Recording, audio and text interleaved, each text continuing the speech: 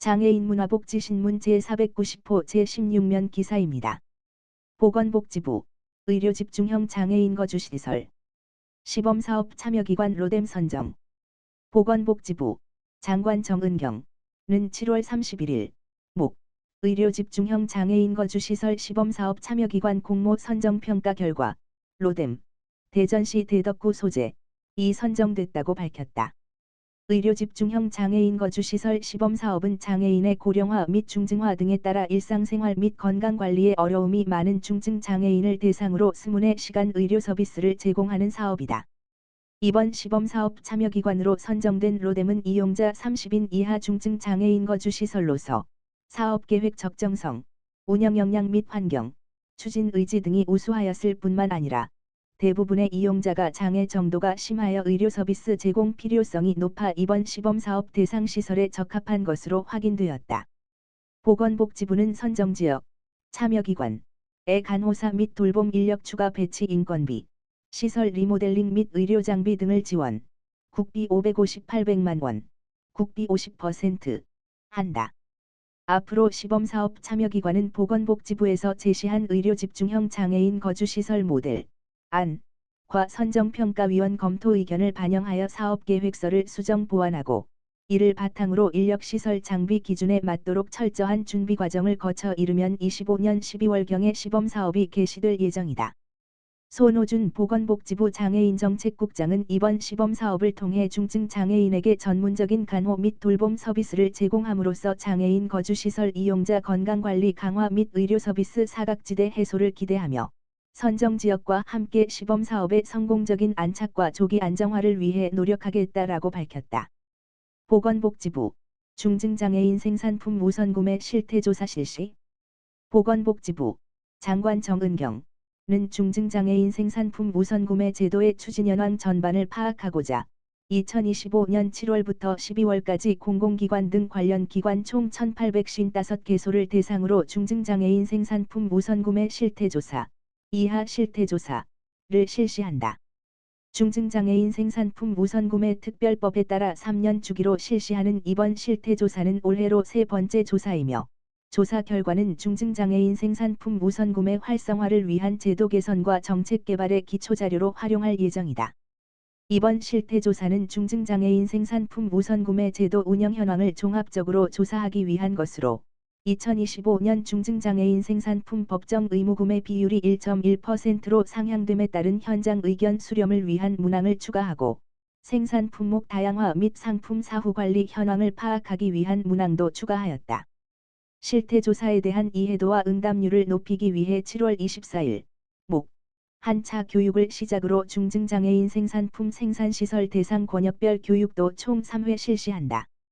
김민정 장애인자립기반과장은 이번 실태조사는 중증장애인 생산품 법정 의무구매 비율 상향 이후 처음 실시하는 것으로 조사 결과가 우선구매 제도 활성화와 장애인 고용 확대의 기초자료로 활용될 수 있도록 각 기관에서는 적극적으로 참여해 주시기 바란다라고 당부하였다. 성남시 생활지원사 어르신 매일 안보 확인으로 폭염 속 생명 살렸다. 성남시에서는 연일 폭염이 지속되는 가운데 노인 맞춤 돌봄 서비스 생활지원사의 꾸준한 안보 확인과 신속한 대응으로 어르신 87세 상대원 일동의 생명을 구조한 사례가 있었다. 폭염특보가 발효된 상황에 따라 8월 3일 오전 8시경 해당 어르신과 연결된 임선아 생활지원사는 이를 안보 확인 전화를 시도했으나 연락이 닿지 않았다. 이에 오전 11시경 직접 가정을 방문했으며 당시 어르신은 괜찮다고 말씀하셔서 일단 귀가하였다. 하지만 생활지원사는 평소와 다른 어르신의 반응이 마음에 걸려 같은 날 오후 1시 30분경 재방문하였고 이때 어르신이 화장실에 쓰러져 움직이지 못한 채 있는 것을 발견하여 즉시 119와 보호자에게 연락해 오후 2시경 분당 재생병원으로 이송하여 위험한 상황을 넘길 수 있었다. 병원에서는 어르신에게 열사병 진단을 내렸고 중환자실 입원 후 치료를 받아 현재는 일반 병동으로 옮겨져 회복 중이다. 이번 구조는 노인 맞춤 돌봄 서비스 생활지원사의 매일 안보 확인 체계와 이상 징후에 대한 민감한 대응이 만들어낸 결과로 특히 폭염특보 기간 중에 선제적 방문이 큰 역할을 한 것으로 평가된다. 생활지원사는 무더위가 이어지는 요즘 같은 날씨엔 어르신들의 작은 변화도 놓쳐선 안 된다고 생각한다며 앞으로도 대상자분들의 안전을 위해 최선을 다하겠다고 밝혔다. 이번 사례는 폭염에 취약한 독거노인과 고령자 보호를 위해 정기적인 모니터링과 긴밀한 대응 체계가 얼마나 중요한지를 보여주는 대표적인 사례로 성남시와 관련 기관은 이를 바탕으로 여름철 폭염 대응 체계를 더욱 강화할 방침이다. 의왕시 탄소중립 시민추진단 모집. 의왕시는 8월 22일까지 의왕시 탄소중립 시민추진단에 참여할 시민을 모집한다고 밝혔다. 이번 시민참여단의 모집은 올해 제1차 의왕시 탄소중립 녹색성장 기본계획이 수립됨에 따라 탄소중립 정책에 대한 시민들의 의견을 폭넓게 수렴하고 탄소중립 실천 문화를 확산하기 위한 시민과의 협치를 강화하기 위해 추진된다.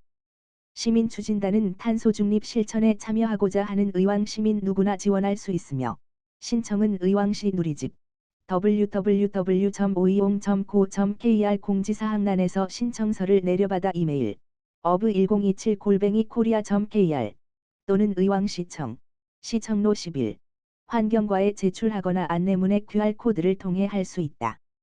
선발된 시민추진단은 위촉일로부터 2년간 활동하게 되며 의왕시 탄소중립 정책 제안을 중심으로 탄소중립 시민 참여와 관련한 행사 포럼 교육 등의 다양한 프로그램에 참여하게 된다. 특히 오는 9월 발대식을 시작으로 오른쪽을 가리키는 까만 삼각형 워크샵 오른쪽을 가리키는 까만 삼각형 기후위기 적응대책 수립 및 이행점검 오른쪽을 가리키는 까만 삼각형 캠페인 등의 본격적인 활동에 돌입하게 된다. 김성재 의왕시장은 탄소중립 실현을 위해서는 시민의 적극적인 관심과 참여가 매우 중요하다며 기후위기에 대응하고 지속가능한 도시를 만들어 나갈 수 있도록 시민들의 많은 관심과 참여를 부탁드린다고 말했다. 성남시 폭염 대비 고위험 사업장 안전관리 실태 점검 실시.